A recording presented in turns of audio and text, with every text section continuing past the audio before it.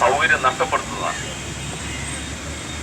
ഒരു ദിവസം ഒരാളുടെ ഫയല് മാത്രമേ ഹാജരാക്കാൻ പാടുള്ളൂ എന്ന് പറഞ്ഞാൽ സ്വകാര്യ വാഹനങ്ങൾ ഉപയോഗിക്കുന്ന പ്രൊഫഷണലുകളും ബിസിനസ്സുകാരും അവരെല്ലാം RTO ഓഫീസിൽ സ്വന്തം ഫയലുമായി പോകണം എന്നാണോ? അല്ലെങ്കിൽ എത്രയോ വർഷങ്ങളായി ഈ ജോലി ചെയ്തു വരുന്ന പ്രായോഗികമായ അറിവും പരിജ്ഞാനവും ഉള്ളവരെ മാറ്റി മറ്റേതെങ്കിലും ഏജൻസികളെ രംഗത്ത് കൊണ്ടുവരണമെന്ന വല്ല ഗൂഢാലോചനയും ഇതിന്റെ പിന്നിലുണ്ടോ? ആരെയാണ് ഗവൺമെന്റ് ഏൽപ്പിക്കാൻ പോകുന്നത്? കുടുംബശ്രീ എന്ന് പറയുന്നത് നമ്മളെ കബളിപ്പിക്കാനാ. കുടുംബശ്രീ എന്ന് പറയുമ്പോൾ ആളുകൾക്ക് ഒരു താല്പര്യം വരുമല്ലോ. അവരെ ഈ പാവങ്ങളെ സ്ത്രീകളെ പ്രത്യേകമായിട്ട് പരിഗണിക്കാൻ പോകുന്നു എന്ന് പറഞ്ഞാൽ അതൊരു ജനങ്ങളെ കബളിപ്പിക്കാൻ വേണ്ടിയാ. അതിന്റെ പിന്നിൽ മറ്റൊരു ഉദ്ദേശമുണ്ടോ? ഇവിടെ പലതും നടക്കുന്നത് എങ്ങനെയാ? എന്ത് ചെയ്യുന്നതിന്റെ പിന്നിലും ഒരു ദുരുദ്ദേശം ഉണ്ടാവും. അതിന് ഏതെങ്കിലും ഏജൻസിയെയോ ഏതെങ്കിലും കരാറുകാരെയോ കണ്ടുവച്ചിട്ടുണ്ടാവും.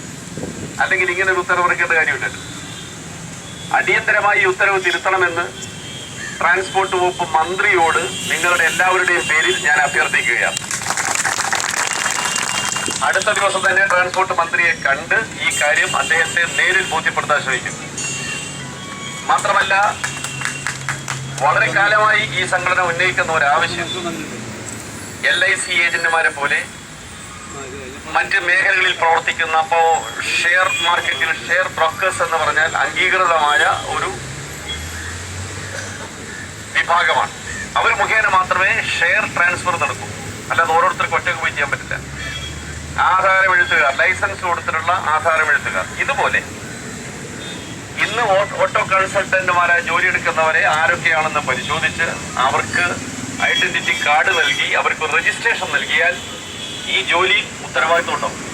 ഗവൺമെന്റിന് വേണമെങ്കിൽ ഓരോ ഫയലിനും ഒരു ഫീസ് നിരക്ക് നിശ്ചയിക്കാം, പ്രതിഫലം. അത് മാത്രമേ വാങ്ങാൻ പാടുള്ളൂ, അതിൽ കൂടുതൽ വാങ്ങാൻ പാടില്ല എന്ന നിലയിലൊക്കെ നിർണയിച്ചാൽ സുതാര്യമായി ജോലി നടത്താൻ സാധിക്കും. ഓട്ടോ കൺസൾട്ടന്റുമാരെ ഫയൽ ഏൽപ്പിക്കുമ്പോൾ വാഹന ഉടമകൾക്കും എന്ത് വേണം എന്ത് ചെയ്യണം എന്ന് അവർക്കും ഒരറിവുണ്ടാവും. അങ്ങനെ എല്ലാവരും നടക്കില്ല. ഓരോ വാഹന ഉടമസ്ഥനും ലൈസൻസ് പുതുക്കാനോ അല്ലെങ്കിൽ ഫിറ്റ്നസ് സർട്ടിഫിക്കറ്റിനോ അല്ലെങ്കിൽ പെർമിറ്റ് പുതുക്കാനോ ഇതുപോലുള്ള ചെറിയ ചെറിയ കാര്യങ്ങൾക്ക് അവർ നേരിട്ട് RTO ഓഫീസുകളിൽ ചെല്ലുക എന്ന് പറയുന്നത് അസാധ്യമാണ്. എത്രയാ ഓരോ ജില്ലയിൽ വാഹനങ്ങൾ? ഒരു ദിവസം എത്ര ഫയൽ കൈകാര്യം ചെയ്യേണ്ടി വരുന്നു? ഒരു ദിവസം ഒരു ഫയൽ എന്ന നിലയിലാക്കി ബാക്കിയുള്ള ഫയലുകൾ എന്ത് ചെയ്യും? ഇത് തലതിരിഞ്ഞൊരു ഏർപ്പാടാണ്. ഏത് ഉദ്യോഗസ്ഥനെ ഇങ്ങനെ തോന്നിയെന്ന് എനിക്ക് മനസ്സിലാകുന്നില്ല. ട്രാൻസ്പോർട്ട് സെക്രട്ടറിയുടെ ഉത്തരവാണ് പോലും ഏതോ തലതിരിഞ്ഞവന്റെ ഉത്തരവായിരിക്കും. നേരത്തെ ഒരു ട്രാൻസ്പോർട്ട് കമ്മീഷണർ ഉണ്ടായിരുന്നു. അദ്ദേഹം ഒരു ഉത്തരവിലൂടെ എല്ലാ കൺസൾട്ടന്റുമാരെയും പുറത്താക്കാനുള്ള ഒരു ഭീഷണി പുറപ്പെടുവിച്ചു. അന്നാണ് നമ്മൾ ട്രാൻസ്പോർട്ട് ഭവന്റെ മുമ്പിൽ കേന്ദ്രീകരിച്ചെന്ന് അതിനെ വെല്ലുവിളിച്ചത്. അതെ, ഒരു പോലീസ് ഓഫീസർ. അതിൽ നിന്ന് ഗവൺമെന്റിന് പുറകോട്ട് പോകേണ്ടി വന്നു. ഈ നിലപാടിൽ നിന്ന് ഇന്നത്തെ ഗവൺമെന്റ് പുറകോട്ട് പോയില്ലെങ്കിൽ സർക്കാരിന്റെ നിലപാടിനെ അതിശക്തമായി എതിർക്കാൻ നിങ്ങളോടൊപ്പം മറ്റു തൊഴിലാളി സംഘടനകളെയും കൂടി നടത്തി നിങ്ങൾക്ക് എല്ലാ പിന്തുണയും CITO സംസ്ഥാന കമ്മിറ്റിയുടെ ഭാഗത്തുനിന്നുണ്ടാകും. ഗവൺമെന്റ് ഈ അന്യായ നടപടി തിരുത്തുന്നതുവരെ ഓട്ടോ കൺസൾട്ടന്റുമാരുടെ അസോസിയേഷൻ സമരവുമായി മുന്നോട്ട് പോകണം. ഈ ഓർഡർ തിരുത്തിയാൽ മാത്രം പോരാ, നമുക്ക് അംഗീകാരം വേണം, നമുക്ക് രജിസ്ട്രേഷൻ വേണം, ഐഡന്റിറ്റി കാർഡ് വേണം. ഇതിനെല്ലാം പറ്റാവുന്ന വിധത്തിലുള്ള ഒരു തീരുമാനം ഗവൺമെന്റ് കൈക്കൊള്ളണം.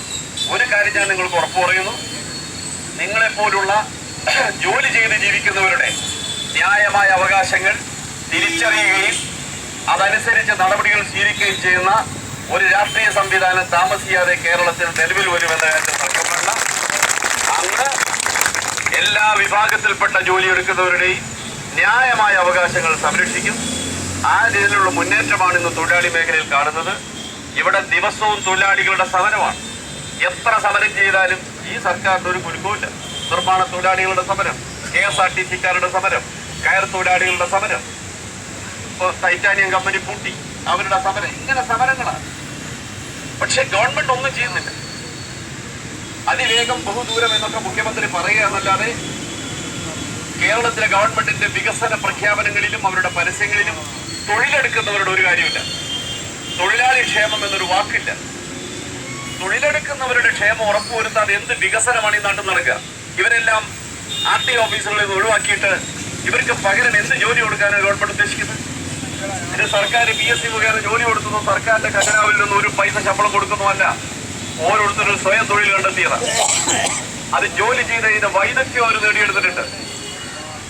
അങ്ങനെയുള്ള ആളുകളെ സംരക്ഷിക്കുന്നതിന് പകരം ക്രൂരമായി തെരുവിലേക്ക് എറിയുന്ന സർക്കാർ ഉദ്യോഗസ്ഥൻ ആരായിരുന്നാലും അവനെ കൊണ്ട് മറുപടി പറയിക്കുക തന്നെ ചെയ്യണം, വെറുതെ വിടാൻ പാടില്ല.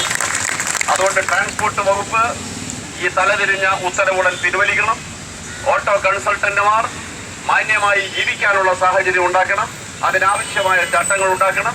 ട്രാൻസ്പോർട്ട് വകുപ്പ് മന്ത്രി അതിന് മുൻകൈയെടുക്കണമെന്ന് മന്ത്രിയോട് ആവശ്യപ്പെടുന്നു. നിങ്ങളുടെ ഇന്നത്തെ ഈ മാർച്ചും ധർണയും ഉദ്ഘാടനം ചെയ്ത് പ്രഖ്യാപിച്ചുകൊണ്ട് ഞാൻ എന്റെ വാക്കുകൾ